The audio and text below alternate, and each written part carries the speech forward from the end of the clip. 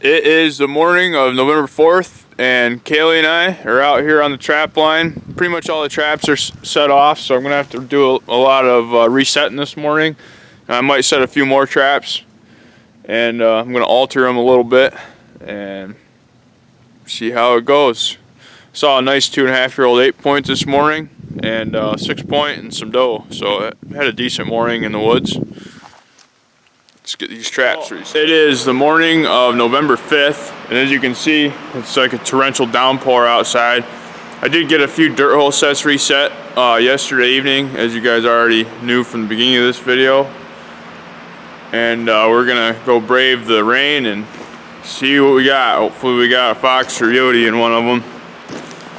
We will find out. Well, my camera lens is a little foggy, but got to my first dirt hole right here, and both traps got sprung last night. I just got down there and looked at it. I can't see any tracks as to what would have did it, but it's one of my double sets. That sucks. We'll go see what else we can find.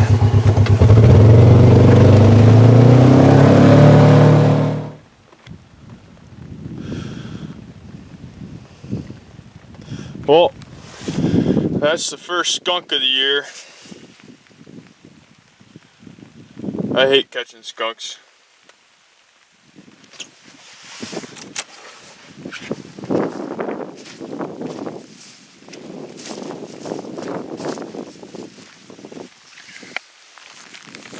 I hear all these ways that you can kill them without them spraying and stuff, and I've tried killing them in every way possible so they didn't spray. I've shot them right in the head, between the eyes, and the lungs. It's all bullcrap. They're gonna spray no matter what. So I'll take care of them and get the heck out of here. Well, Monty and I are out checking traps this morning, and lo and behold, I got another possum. He's taking a little nap. We'll go ahead and take care of him and get on to the next set. Monty and I got to the edge of our cornfield over here, and I nailed a really nice red fox right there. We'll give you a look at him here. I got a good catch on him. He isn't going to pull out of that trap.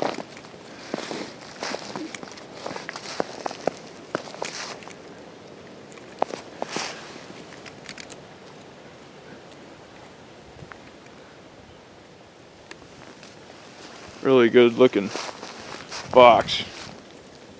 You don't want to be seen.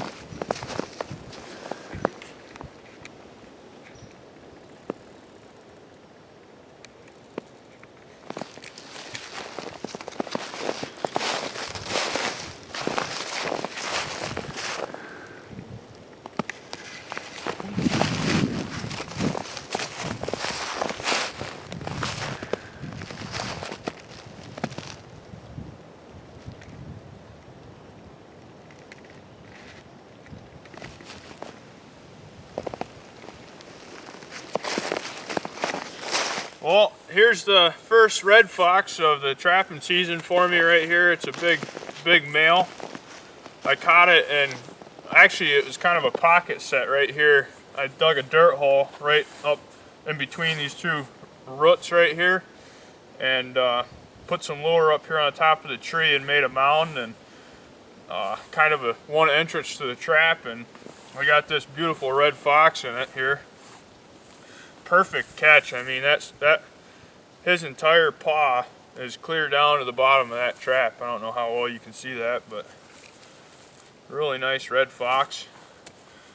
I'm going to wait to reset these traps until the ground is a little bit more thawed. It's frozen. It's 17 degrees right now, so I'll come back later and reset this trap. But I have a trail camera over this trap, so it'll be interesting to see if I actually got the catch on the trail camera. I'll show you guys if I actually did.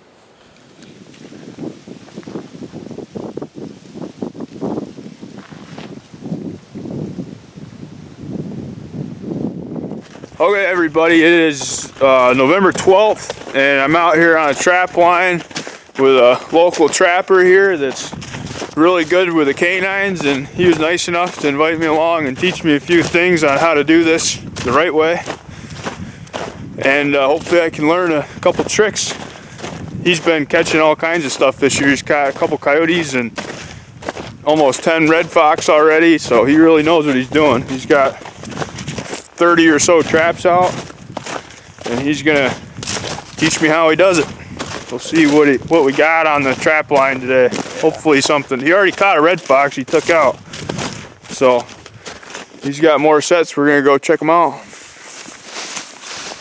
Some point. So I have 3 sets down here. We made one I caught both the coyote and the fox in. Oh, he came up to this set. We got fresh fox tracks going right up to it, and he sprung the trap and we missed him. So Kevin's gonna remake the set here for everybody. Clean up the disappointment here, pretend it never happened. Yep. Tell them what kind of trap you're using there. This is an MB 550 with offset jaws. Yeah, I bent the dog down on it a little bit to get about 2.5 pan tension, but that's kind of insignificant. Rather be on location than have a perfect trap, I guess. But I do kind of like a Zager set. And if you know anything about that, it's going to be covered with grass at the end. All I'm doing is trying to make a nice deep trap bed here, and hopefully have enough space for those jaws to rest on the edge. So I'll take that trap, and it looks pretty nasty, but it kind of helps blend it in too.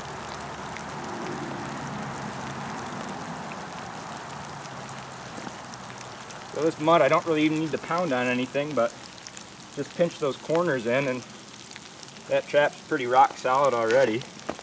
You know, I can't really push on that too much. It's moving a tiny bit there and there, but just pinching those in with your finger like that kind of helps.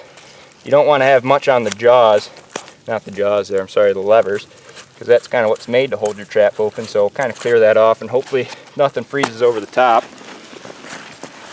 This haylage I've dried out over the summer in August when it was nice and dry out. What I'm going to do is kind of hit it like that, and yeah, maybe you can see the trap, but that fox doesn't know what it is. So it's covered, it's legal and everything, but that's pretty freeze proof and all. So time to bait up. I got some new lures or baits I'm trying out, but see how they work.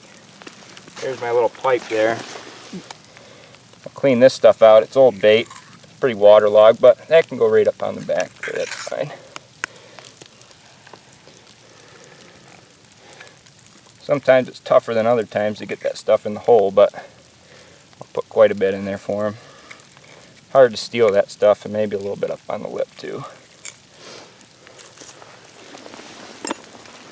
Well, let's see. Can't remember what I had on this set earlier, but try some of this new stuff as well. Might as well.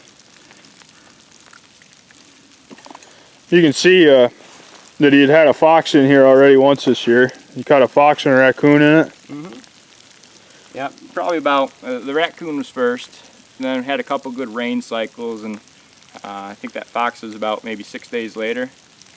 But that's pretty much it. Maybe make sure that there's nothing sticking up too high. You know, pretty much a done set there. There's the set right there. The set's kind of right off the corner of this field here and runs right up this edge. There it is. We got a couple more traps to check here. Okay, so Kevin's gonna make us a set right here. This morning he caught a fox right there in that set. And right here he's gonna make another set. So we'll see if there's not a rock here or not, but hopefully there isn't.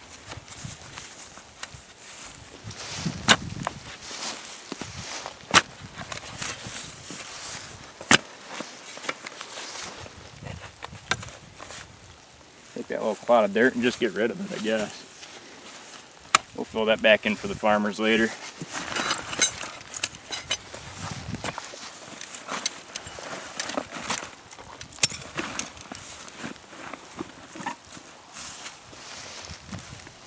So that's definitely going to be smaller than my trap. It's kind of the purpose, and pretty deep, so hopefully my chain can just sit underneath there. So I'll pound down for my levers. And then clean out any dirt that got left, and hopefully make that a little bit deeper as well.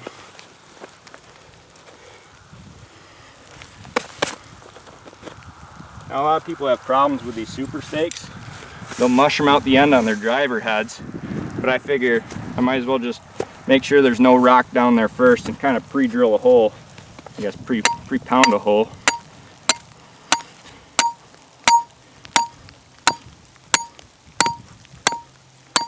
Doesn't sound like any rocks there.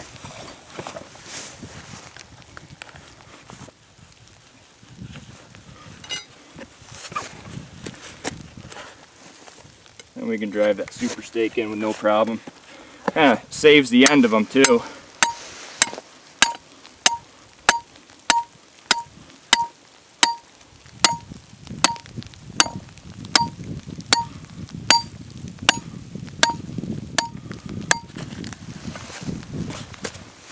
Make sure that's set. Clean up.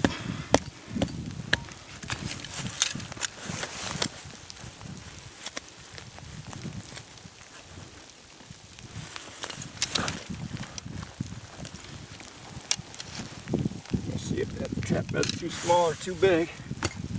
Tidy it up a bit.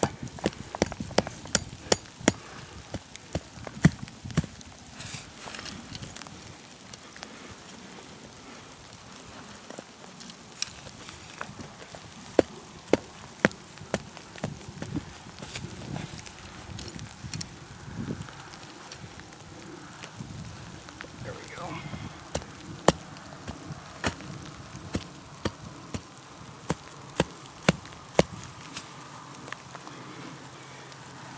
And that's not bad. Now there's solid dirt all the way up. One thing I was told or taught, especially if you're making a dirt hole, make sure you leave a solid ridge behind this jaw. So if you have your bed in peat moss, wax dirt or whatever, and let's say you do make an actual dirt hole and you put a hole back here, and that fox can rake back, he's gonna hit your jaw there and hopefully probably pull your trap out. So maybe it's not that they're smarter, it's just that you need to leave some firm dirt on the backside. So I'm going to use just this little PVC pipe. Hopefully not hit a rock with it.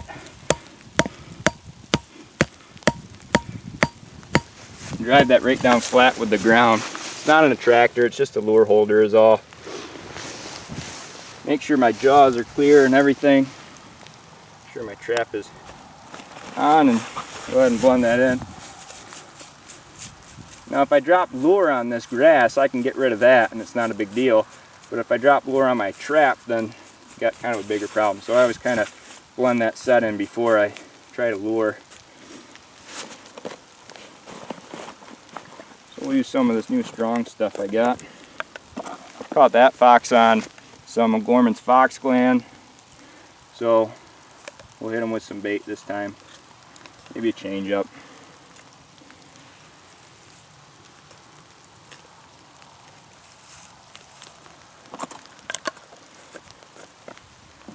Maybe keeping with our success, we'll get that fox gland back out and just kind of lip it up on there.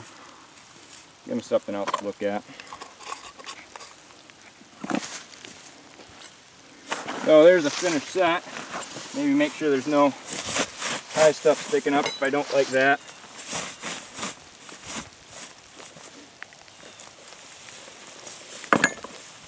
That's about it. There it is.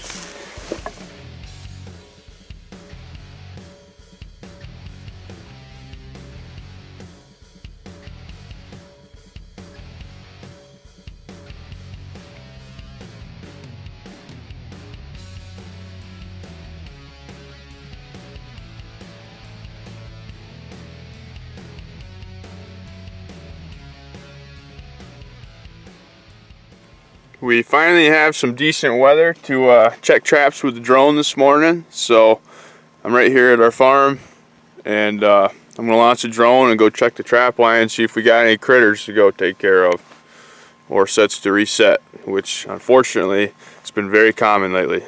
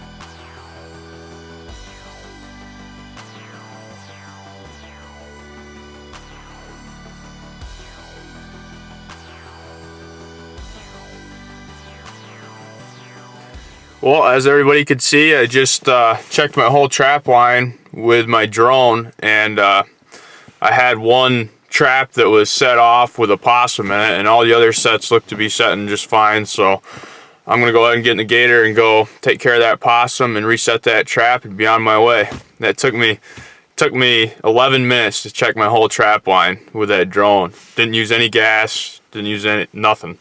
Didn't put my scent anywhere near those sets. And all I got to do is go reset that one with a possum in it. So that is a pretty effective tool when it comes to trapping canines and field edges and stuff.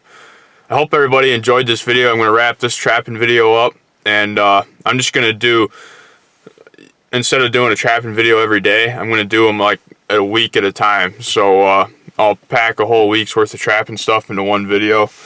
That way I'm not frantically trying to put together all these videos each day. On top of deer hunting, trying to keep the old lady happy, and trying to get good grades.